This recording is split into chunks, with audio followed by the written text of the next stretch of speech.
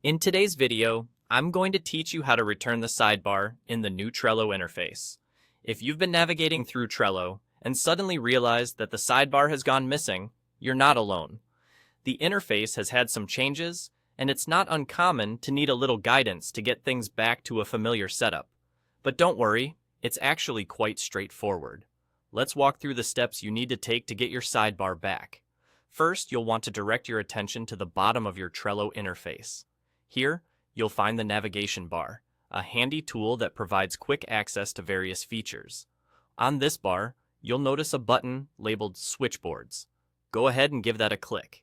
This button is your gateway to managing how your boards are displayed and interacted with. Once you've clicked on the Switchboards button, a pop-up window will appear. It's here that we can take action to rediscover our sidebar. Now, if you look carefully at the top right-hand corner of this pop-up, you'll see a little pin icon. This might seem subtle at first glance, but this is the key to bringing back the sidebar. Click on this pin icon and let the interface work its magic.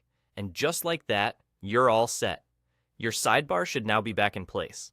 This action effectively pins the sidebar to your Trello workspace, making it a more stable fixture in your interface and keeping it accessible whenever you need it. Now, whenever you click on that Switchboards button again, the interface will toggle to show or hide the sidebar with ease. It's a simple yet effective way to control your workspace and keep your productivity streamlined.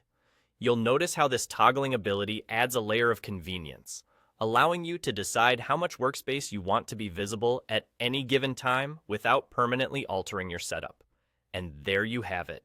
By following these simple steps, you've taken control of the new Trello interface and ensured that your sidebar returns to where you need it.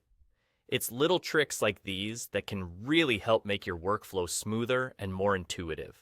Remember, with any interface update, there's always a bit of a learning curve, but once you know your way around, it becomes second nature.